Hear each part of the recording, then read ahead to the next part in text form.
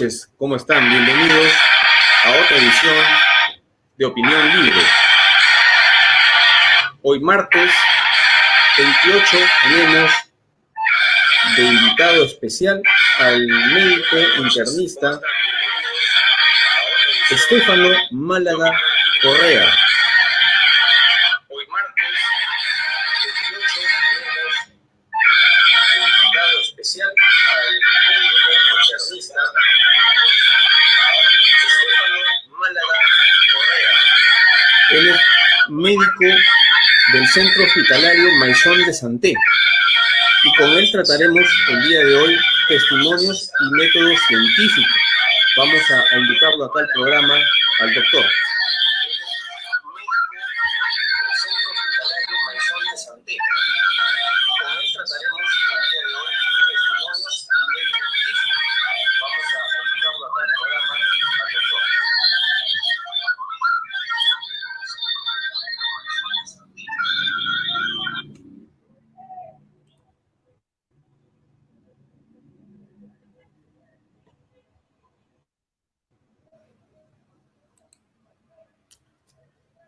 Buenas noches, bienvenido.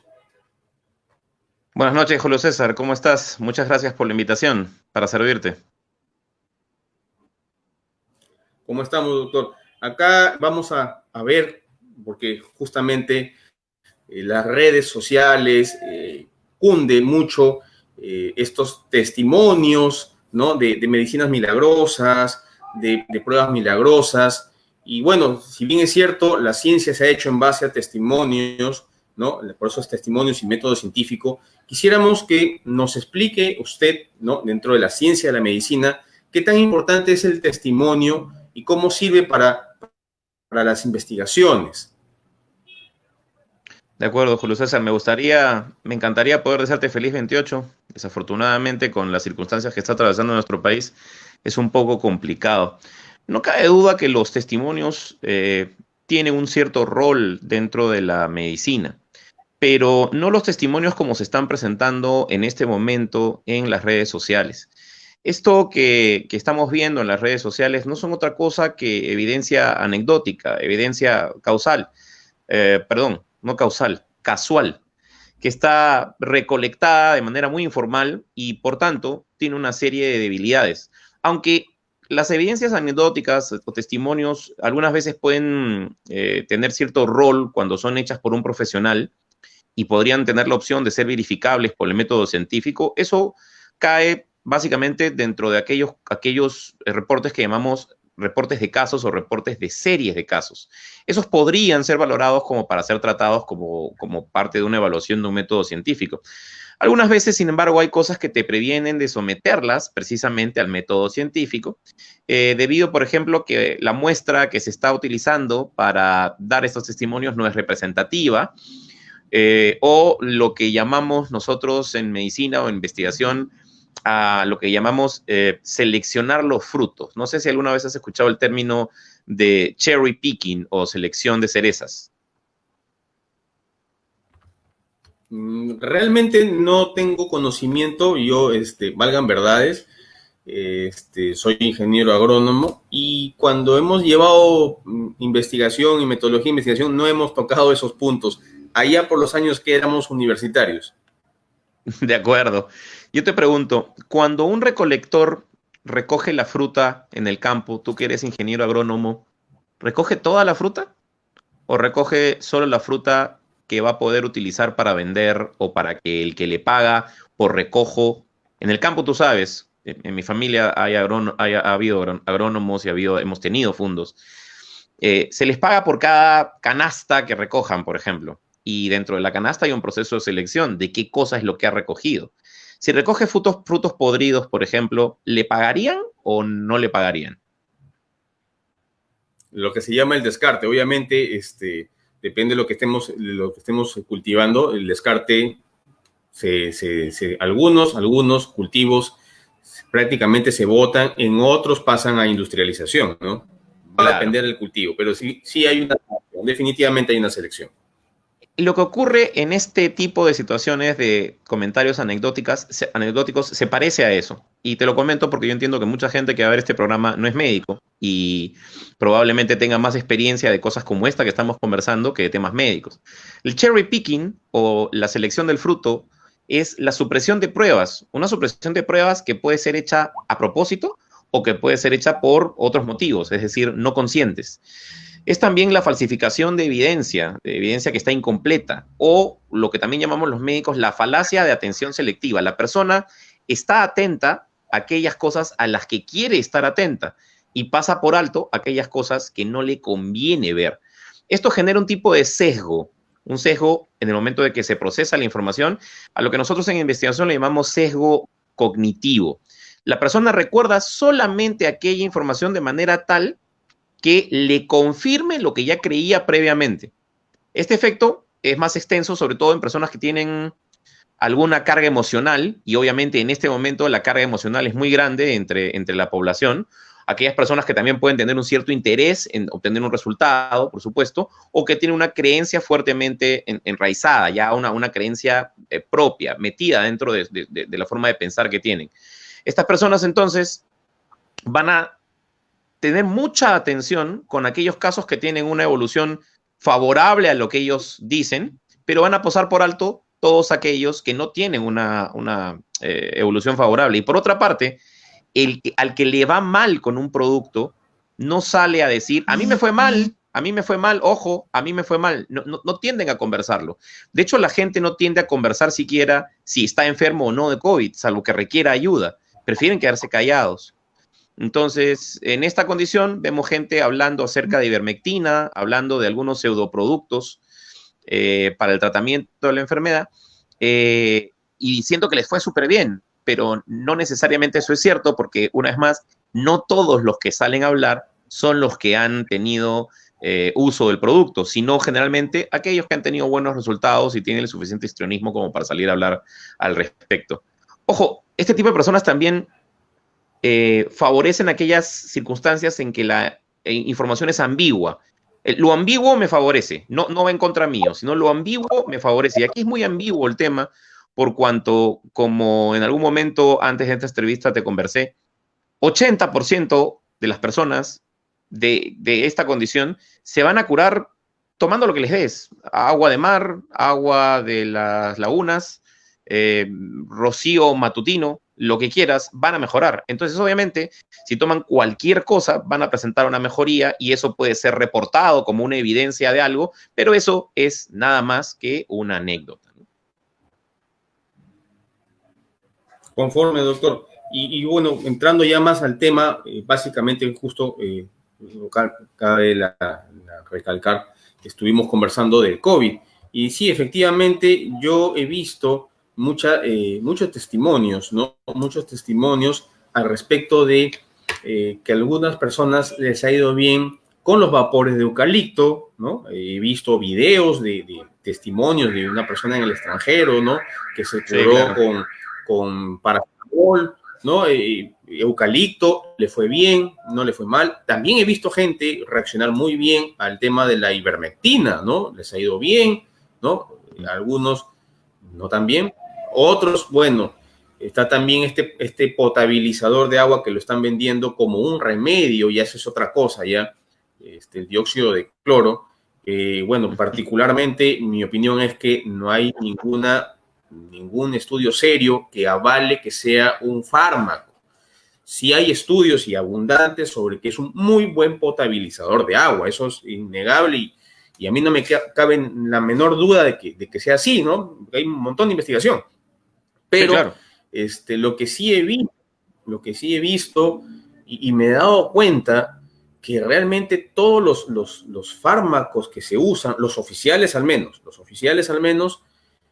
más depende de la persona, de su sistema inmune, tanto el natural, digámoslo así, como el adquirido en el paso de los años, para que puedan soportar esta enfermedad. Y los fármacos que están alrededor vienen a ser compasivos, paliativos, para, bueno, desinflamar, ayudar un poco, pero que determina, creo yo, no lo sé, no lo he investigado, no lo he revisado, no puedo afirmarlo, no soy quién para hacerlo, ¿no?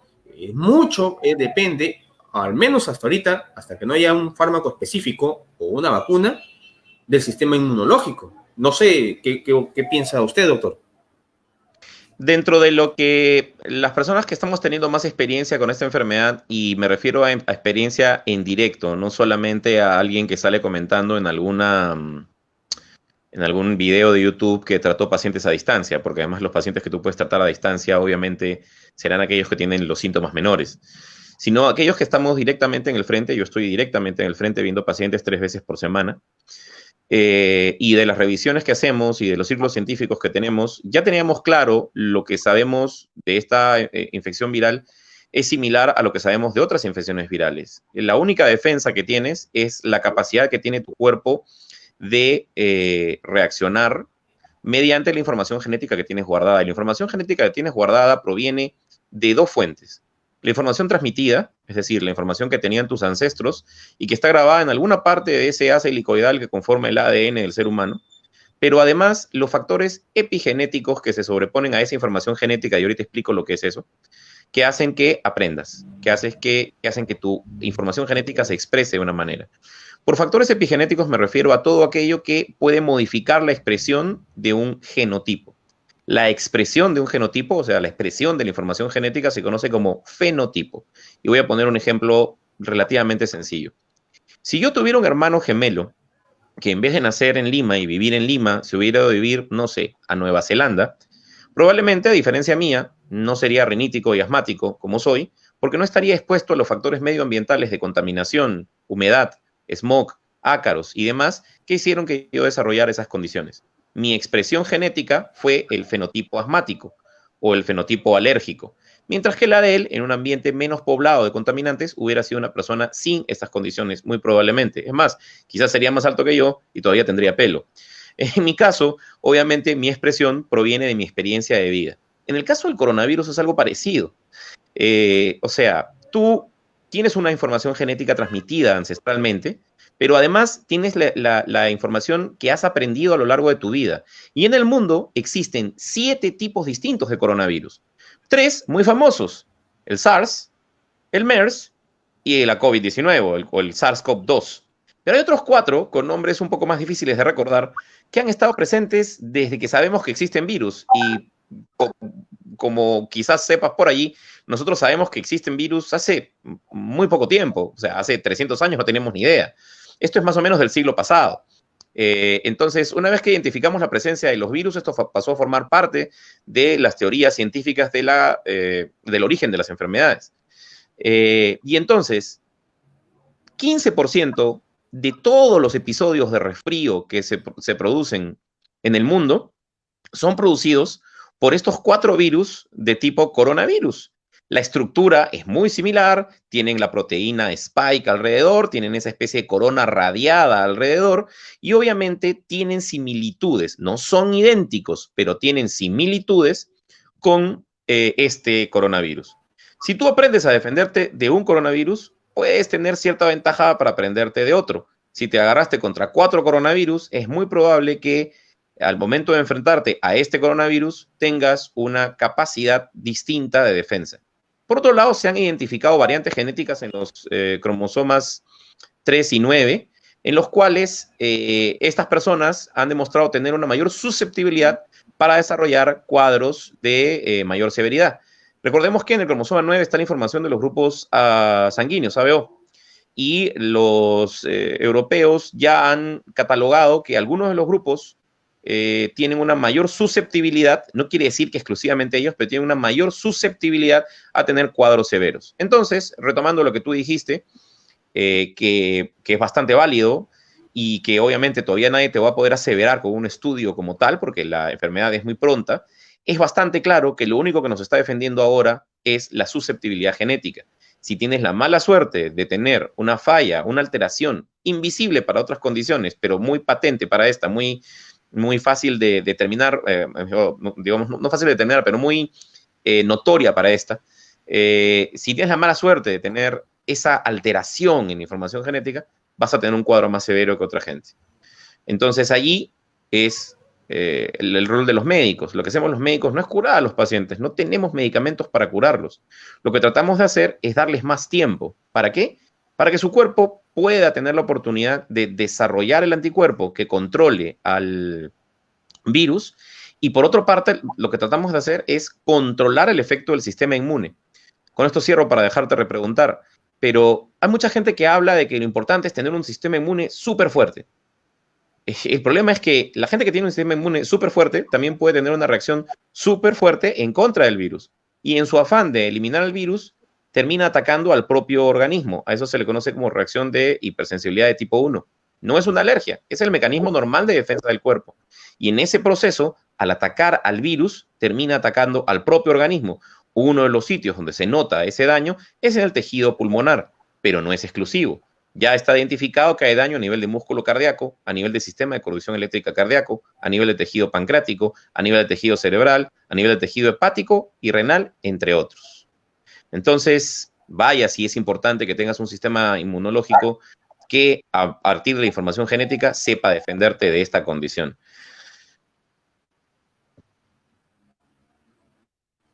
Correcto. Entonces, para poder aterrizarlo bien, y bueno, también coincide con una entrevista que tuve con un médico que me explicaba, ¿no? Que no siempre tu sistema inmunológico puede jugarte a favor, pero sí, obviamente, es un factor importante digamos, en la defensa ante este virus hasta que exista una vacuna que ayude a que uno genere los anticuerpos y cuando esta venga, pues no tengas los temas críticos o muy severos.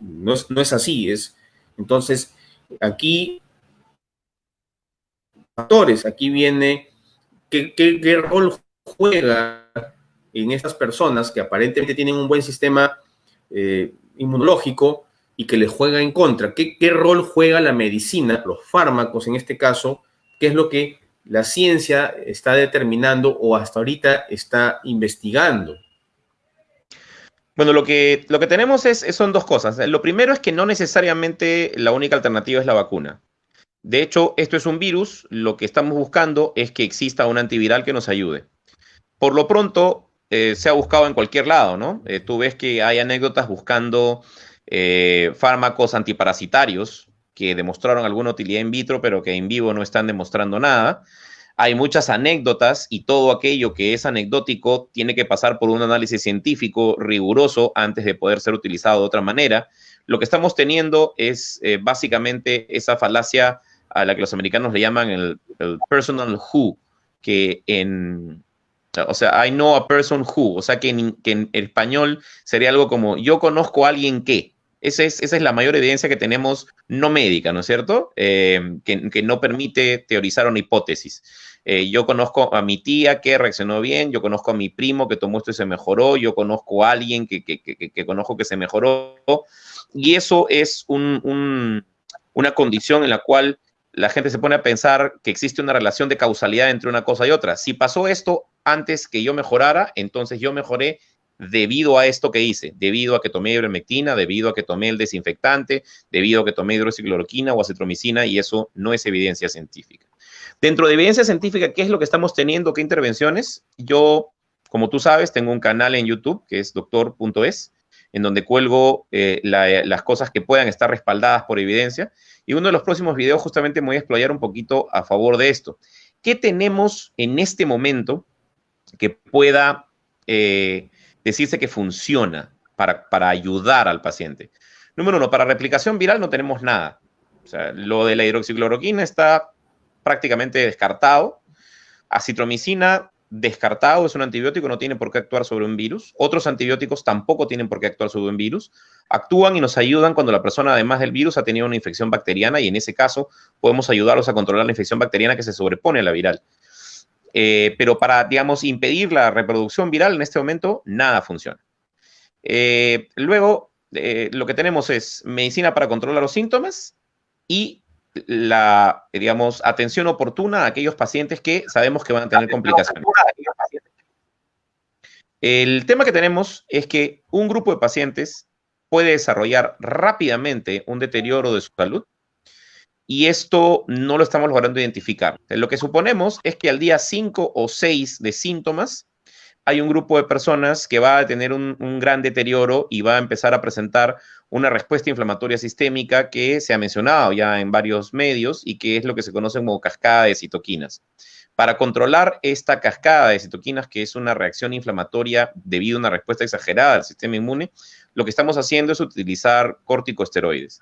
Hay distintos corticosteroides, pero lo que más ha tenido notoriedad ha sido la dexametasona debido a un estudio de los británicos. Sin embargo, en la práctica médica estamos utilizando también bastante la metilprednisolona.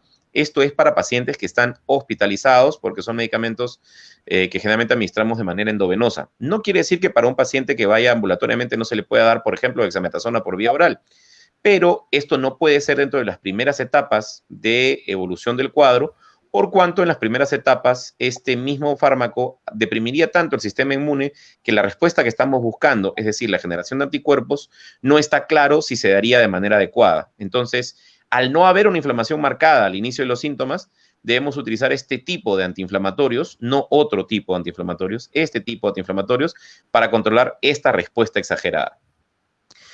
Un uso que se está haciendo, y hay cierta evidencia que estoy revisando en este momento, pero ya es como que práctica común de los corticoides, es el uso inhalado de los corticoides, específicamente budesonida inhalada, un tipo de fármaco inhalado que se utiliza para pacientes asmáticos y que podría tener una buena utilidad en controlar la inflamación dentro del aparato respiratorio, dentro de los bronquios, dentro del tejido más interno bronquial, lo cual facilitaría un poco la evolución del paciente.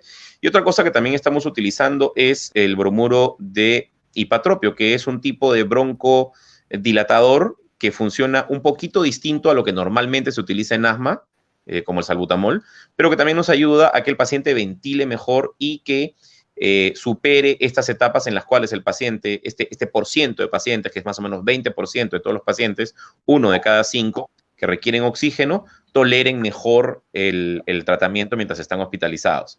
Entonces tenemos corticoides inyectados, budesonida inhalada, bromuro hipatropio inhalado y, por supuesto, oxígeno. Oxígeno probablemente ha sido el mayor error del gobierno al no haber previsto que íbamos a tener un gran déficit de oxígeno. Existen varias alternativas para controlar esto. Uno de ellos es, obviamente, la creación de plantas de oxígeno que pudieran ser colocadas estratégicamente en aquellas zonas que estaban siendo más golpeadas para que pudiera generarse el llenado de los cilindros de oxígeno a bajo costo para que no hubiera un lucro con esta condición, con esta situación de la demanda de oxígeno. Lamentablemente se ha reaccionado demasiado tarde, pero no es la única alternativa. Existen unos acumuladores de oxígeno que se podrían haber importado y se hubieran podido utilizar paciente por paciente porque la inmensa mayoría de pacientes, gracias a Dios, no requiere tanto nivel de oxígeno. Hay pacientes que requieren mucha demanda, que tienen mucha demanda de oxígeno, 15 litros por minuto en una máscara especial que llamamos máscara de reservorio. Pero la gran mayoría requieren entre 3 y 5 litros por minuto a través de una canulita binasal que podría ser reemplazada por estos acumuladores de oxígeno que precisamente te dan esos valores de oxígeno. Además de ello, existen muchas teorías y bastantes evidencias de que un grupo de pacientes, no absolutamente todos, debido al estado proinflamatorio que tienen producto de la infección, van a tener formación de microcoágulos, pequeños coagulitos de sangre que obstruyen vasos sanguíneos a nivel pulmonar, hepático y otros órganos. Entonces, parte del tratamiento es la administración de anticoagulantes, pero como los anticoagulantes no son inocuos, no podemos usarlos libremente y decirle a todo el mundo que ande por la calle tomando anticoagulantes. Esto produce efectos adversos, sangrados, entre otras cosas. Entonces, la idea es administrar los anticoagulantes bajo supervisión médica en ambiente controlado, básicamente para impedir que una de las causas de mortalidad sean los anticoagulantes. En el horizonte, ¿qué es lo que se puede ver? Bueno, existen tres fármacos que podrían tener alguna utilidad. Uno es el tocilizumab, que no tiene una evidencia directa demostrada, digamos, sólida en el manejo de la condición y que es un medicamento bastante caro, pero que se ha utilizado en otros tratamientos para el control precisamente de la inflamación mediada por citoquinas. Entonces, como tú tienes evidencia en otras condiciones en las que hay inflamación mediada por citoquinas y aquí se produce una cascada de inflamación mediada por estas mismas sustancias llamadas citoquinas, yo puedo extrapolar que si controla la inflamación por citoquinas aquí, controla la inflamación por citoquinas acá y puedo utilizarla. Y hay cierta evidencia de que funciona, pero eso todavía requiere mayor demostración. Por lo menos son fármacos que han pasado, por lo menos son fármacos, es decir, son medicinas. Tienen registro sanitario de medicinas, no tienen registro sanitario de desinfectantes. Tienen registro sanitario de medicinas y como tal han pasado pruebas de seguridad preclínicas de fase 1, de fase 2, de fase 3 y de fase 4, es decir, de post-comercialización. Entonces sabemos más o menos a qué atenernos con esas drogas. Dentro de ese mismo grupo está el Remdesivir, un fármaco que por lo menos a mí me parece que está hasta cierto punto sobrevalorado. Es un fármaco que se utiliza para reducir el nivel de daño que se produce producto del virus, que se supone que ayuda a disminuir el número de días de hospitalización, pero que no ha demostrado una gran fortaleza para lograr estos beneficios. Es decir, de acuerdo al último que yo calculé, tenías que tratar más o menos 20 pacientes para poder salvar la vida a una persona. Y el costo del tratamiento era bastante elevado como para que un país como el nuestro pudiera afrontar eso, habiendo otras intervenciones de salud que pudieran ser más costo efectivas. La gran incógnita ahorita es el Favipiravir, que es un fármaco ruso, que supuestamente reduce la carga viral tan rápido como en 4 días a menos del 10% del total de la carga viral. El problema es que los rusos dicen que han hecho los estudios en una pequeña población de pacientes, pero no han publicado la data, al menos no en inglés, no en español. Quizás está en ruso, un poco difícil de conseguirla, entonces no se puede revisar y no podemos saber cuál es la verdad, cómo fue la rigurosidad de los estadios clínicos. Entonces, obviamente, han salido a vender el producto por todo el mundo, se lo han ofrecido a varios países, incluyendo el Perú. El Perú ha puesto una carta de intención de compra, pero todavía no hemos tenido oportunidad de saber si lo que dicen los rusos es cierto. Y yo, como formado en tema científico, tiendo a ser ante todo escéptico antes de asumir que algo va a suceder. Finalmente, obviamente, lo que tenemos son las vacunas. Es lo que tenemos más o menos con cierta certeza de que vienen. El problema es que no va a haber ninguna vacuna lista en fase de comercialización antes de diciembre de este año. Y cuando estén listas, seamos honestos, no van a llegar aquí primero. Van a llegar a cualquier otro lado, menos a Perú. No importa lo que haga el llamado Comando Vacuna de Perú o lo que haga cualquier gobierno. Los propios países van a priorizar los propios laboratorios operan en distintos países y van a tener que priorizar a la población de esos países porque se rigen por normas de comercio de aquellos países. Entonces, los laboratorios americanos van a tener que primero venderle a Estados Unidos. El británico va a tener que venderle primero al Reino Unido y a aquellos países que están relacionados con el Reino Unido, Australia, Nueva Zelanda, etc. Entonces, nosotros probablemente vamos a estar un poquito más atrás en la cola.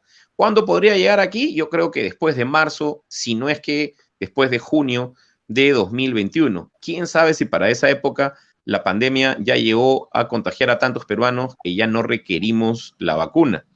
Creo que para futuros brotes probablemente, pero creo que lo grueso de este brote, de repente para esa época ya está bastante apagado. Perdón por extenderme un poquito en la respuesta, pero es bastante amplio el tema. No, pero más bien queda bastante claro y lo que usted está afirmando era básicamente lo que algunas personas están siguiendo y están comentando, ¿no? O sea, somos conscientes que como país no la vamos a tener los primeritos y definitivamente aquí el tema es que en salud vamos a tener que tener mejor infraestructura, vamos a tener que tener plantas de oxígeno a nivel nacional y más atención hospitalaria, no tanto en UCI, porque es un consenso, creo yo, ya a nivel nacional, todos los médicos, al menos los que he entrevistado, es un consenso que están luchando por evitar que lleguen a la UCI, que el paciente no llegue a la UCI. Uh-huh. Yo tengo una pregunta de lo que usted me está diciendo. Obviamente la gente en el miedo toma lo que cree que puede ser correcto. Usted ha tenido casos porque la gente porque tiene que tomar por prevención, porque necesita una esperanza. Están saliendo a la calle, algunos están enfermando y necesitan algo que les diga, bueno, si tomas esto podría ser que no te pase nada. ¿Ha tenido usted casos de personas que han llegado al hospital, al menos al Maison de Santé, ¿no?, donde usted atiende, y han tomado estos productos y han tenido que ingresar a oxigenación? Porque mucha gente dice, no, si tomas esto no te va a pasar absolutamente nada y todo va a ir normal y tú te vas, es más, si estás mal, te vas a sanar. ¿no? Te vas a sanar y aquí no pasa nada. Esto es lo mejor, lo non plus ultra, digámoslo así, ¿no? ¿Ha tenido usted casos? Lo primero, antes de responderte la pregunta, te quiero dar un comentario que creo que puede ser un consejo para toda la población que sería ideal que lo pusieran en práctica. Número uno, ser escéptico no es malo. Hay gente que lo puede ver como algo malo, pero no es malo. Tampoco tienes que ser rotundamente escéptico, pero hay circunstancias, condiciones en las que debiera hacerlo. ¿Y en dónde está mi nivel de escepticismo cuando alguien viene a contarme una de estas cosas? Lo primero, cuando alguien te dice que algo cura alguna condición de manera violenta, tiende a creer que es falso. Porque tal cosa nunca ha existido en el mundo de la medicina. Nunca. No hay una droga que haga eso. En las infecciones bacterianas, las curas son paulatinas. Le vas ganando a la bacteria.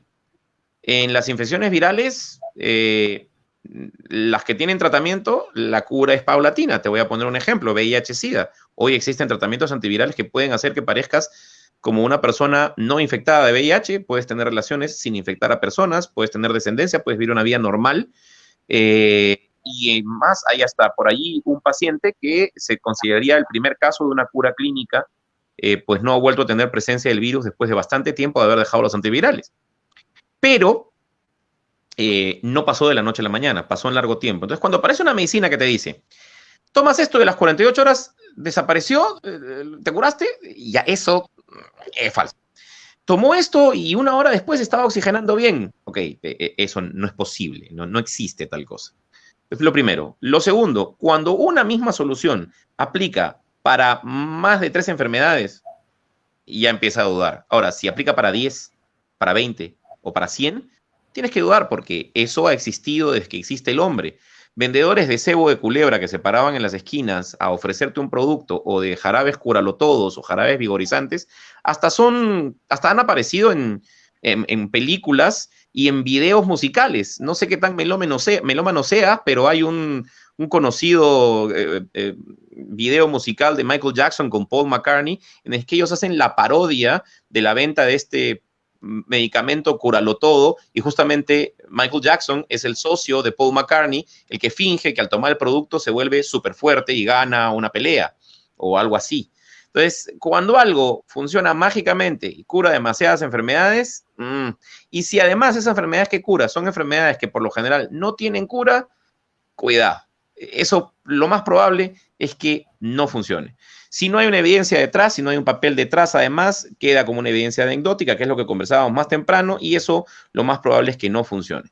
En mi experiencia, bueno, nosotros en la clínica hemos estado atendiendo pacientes, básicamente la inmensa mayoría de la Policía Nacional. Ellos tenían ya un preacuerdo con nosotros, no por esta condición, sino por el rebose de la necesidad del hospital de atención médica, y operaban pacientes con nosotros, mandaban pacientes a recuperarse posoperación, etcétera. Tenían un embalse de pacientes para operarse de rodilla, por ejemplo. Entonces venían los traumatólogos del hospital y operaban en la clínica a sus pacientes de rodilla, hacían la convalescencia allí. En este caso, estando ya el acuerdo firmado, cuando ellos empezaron a verse rebosados por los pacientes con COVID, empezaron a mandarlos primero a UCI. Luego llenaron la UCI y luego se quedaron sin espacio en camas y empezaron a mandarlos a las camas.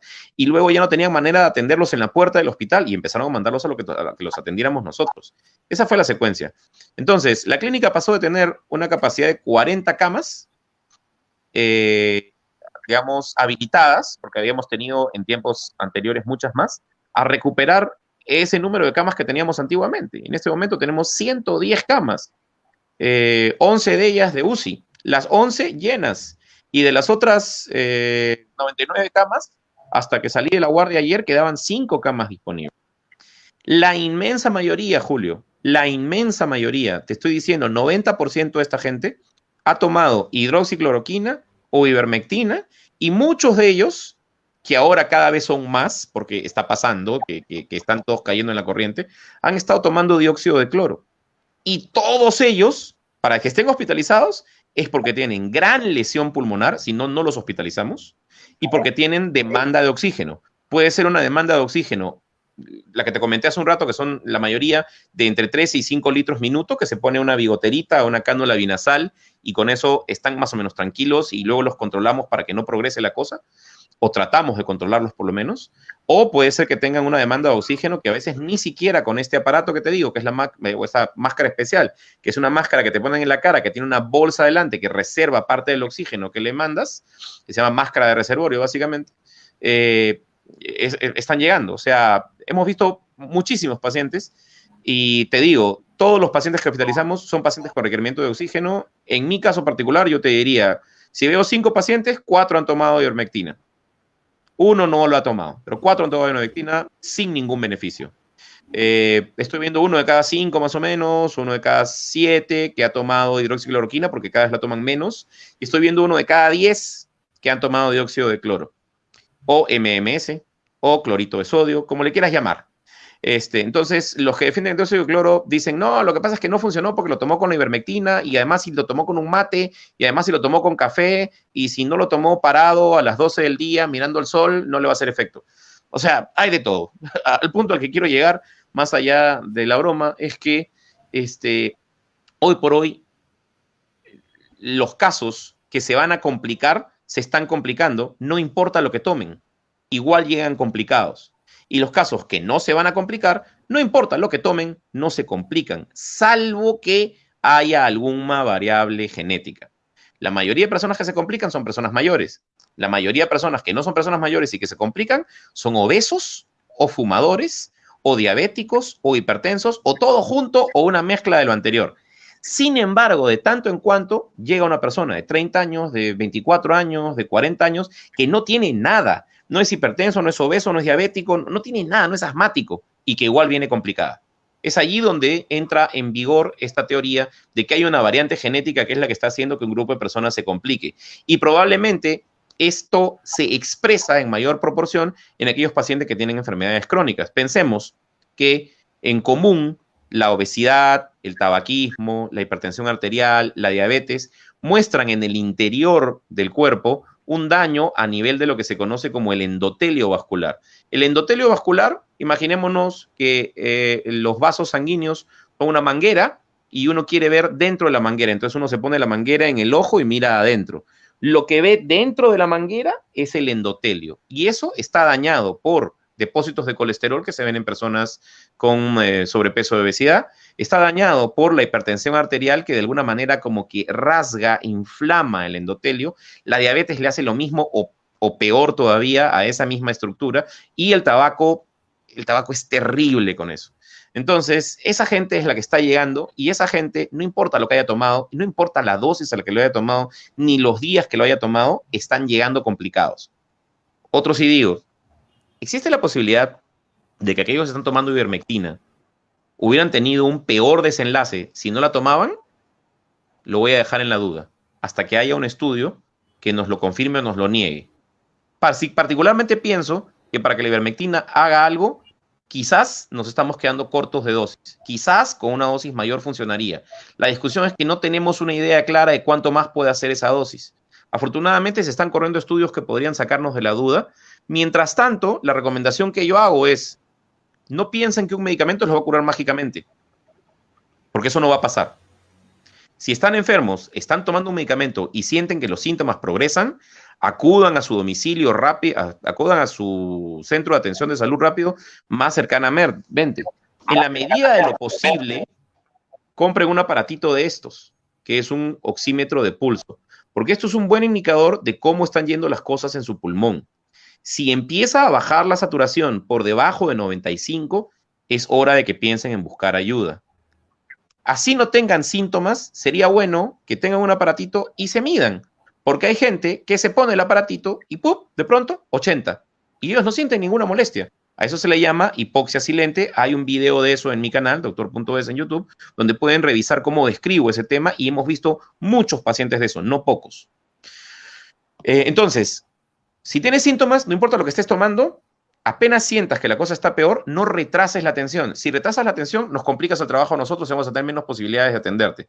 Y si todos esperan al mismo tiempo para ir al hospital, obviamente el hospital, la clínica, lo que sea que lleguen, va a ser más complicado. Existe la posibilidad de que algunos pacientes se puedan atender en sus casas con supervisión médica y con un balón de oxígeno. Existe la posibilidad, pero tienen que tener un médico muy confiable que les haga la supervisión, porque he visto que muchos médicos lo que están haciendo es atiborrando de antibióticos a los pacientes y más del 90% de los pacientes no requieren un tratamiento antibiótico.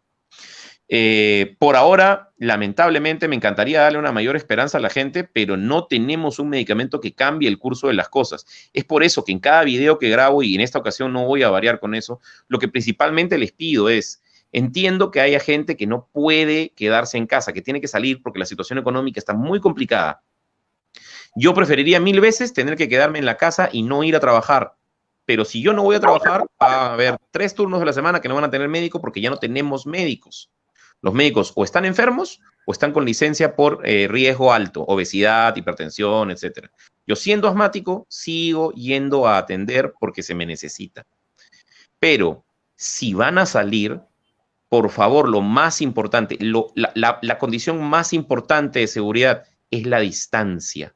No importa la mascarilla, no importa la careta, no importa el lavado de manos. Lo que más importa es la distancia. Si te vas a acercar a alguien, ahí es donde entran a tallar todas las demás medidas de precaución. Tener una buena mascarilla, no estar tocando la mascarilla, te la pones y no la tocas. Si la tocas de las tiras para acomodarlas, pero no de la mascarilla en sí. Tratar de tener una careta adelante que prevenga la infección y cargar en el bolsillo un packcito de gel que tenga alcohol al 70% para poder de tanto en tanto desinfectarse las manos. Sé que muchos se ha dicho al respecto, sé que se ha dicho que el gobierno y los gobiernos en general nos quieren tener encerrados para gobernarnos, pero es que por hoy la mejor manera de tener certeza de que uno va a sobrevivir a esto sin problemas es no contagiarse. Si te contagias, es una ruleta rusa. Sabemos que uno de cada cinco posiblemente tenga un cuadro serio y que 1 de cada 20 probablemente fallezca. Y ese número, 1 de cada 20, varía en función de tu edad, tus factores independientes de riesgo y de la condición del sistema de salud. Y el sistema de salud está colapsado. Está totalmente colapsado. Ya no hay camas en ningún lado. Si requieres una cama de UCI, tiene que alumbrarte un santo para que la consigas porque no las tenemos. Definitivamente, doctor, lo que dice, bueno, ya éramos conscientes que nuestro sistema de salud está mal y no viene de ahora, tiene más de 30 años. Ahora ya vamos a sufrir las consecuencias de no haberse preocupado nunca por tener un buen sistema de salud. Y lamentablemente es así, pero me queda claro, me queda clarísimo que en todo caso tener mucho cuidado con estas personas que quieren. Yo no estoy en contra de que las personas lucren, ¿no?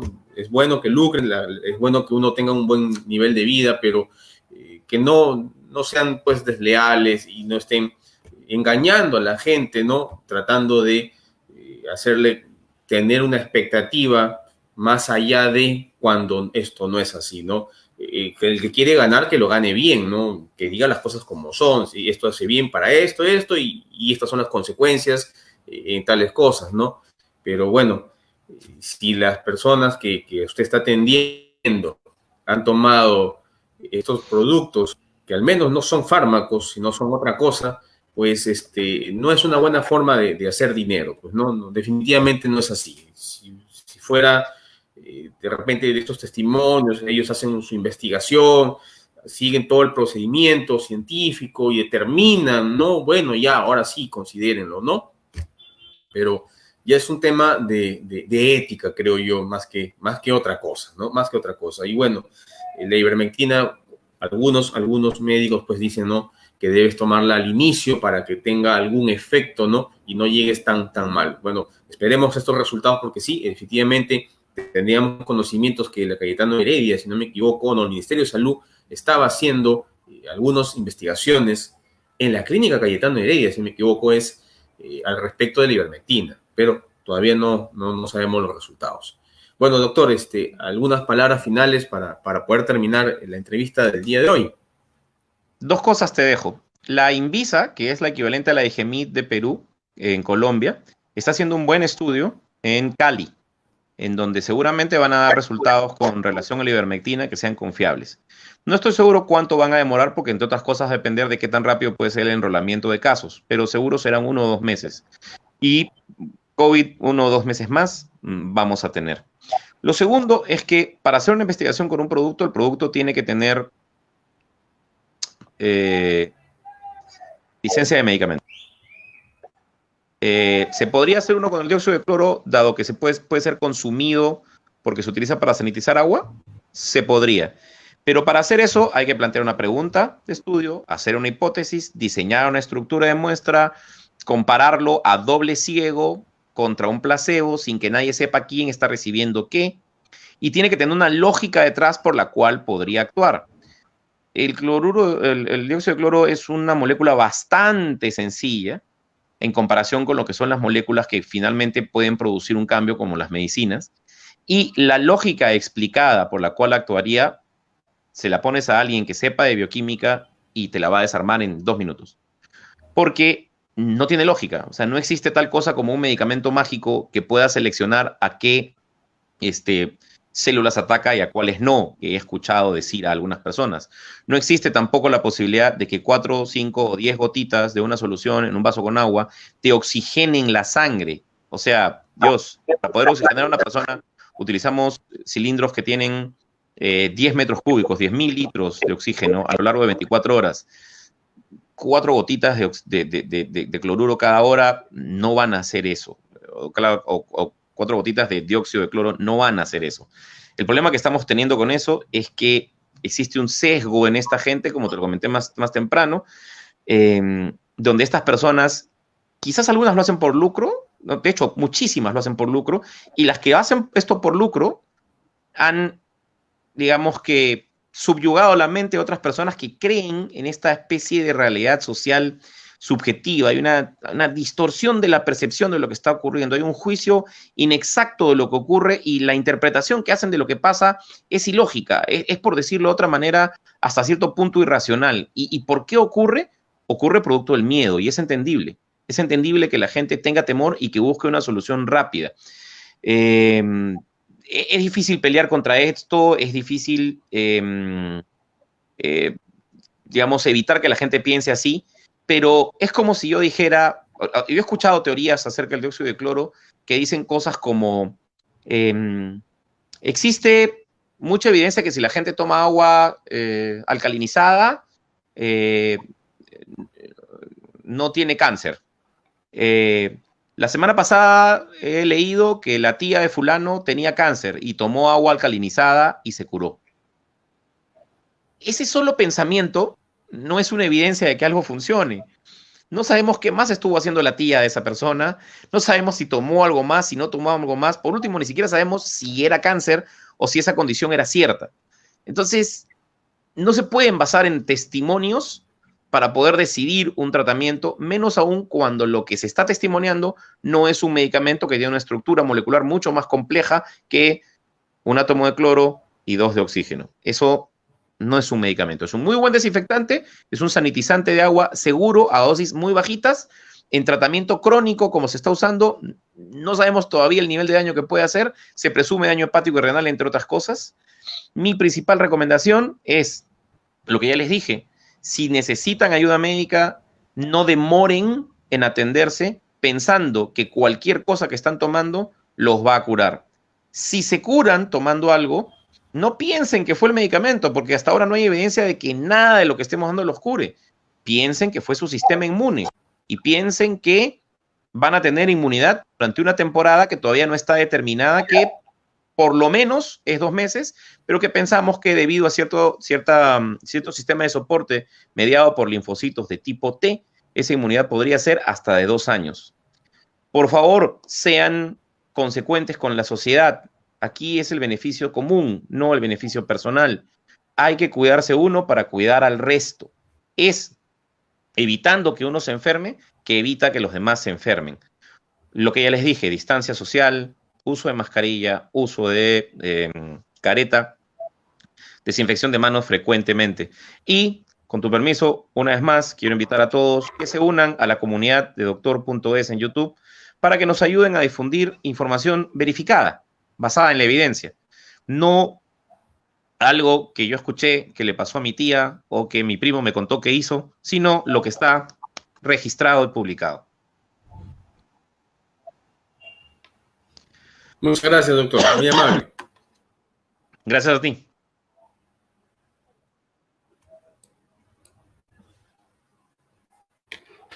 Bien, amigos, hemos escuchado al doctor Estefano Málaga Correa, médico internista del Centro Hospitalario Maison de Santé. Hemos tratado, entre otros temas, testimonios, el método científico y lo que está pasando con la coyuntura del COVID-19. De mi parte, tengan mucho cuidado, protéjanse, guarden las distancias y entiendo, ¿no? El nivel de preocupación que todos tenemos. No se dejen engañar, por favor, porque a veces las personas pues queremos estar bien, pero esta enfermedad nos hace que tengamos que tener más precauciones y el distanciamiento va a ser el factor que nos va a permitir no contagiarnos si tenemos que salir a trabajar. De mi parte, que sigan teniendo un feliz 28, ya lo saben, síganos en YouTube e Instagram. Hasta mañana.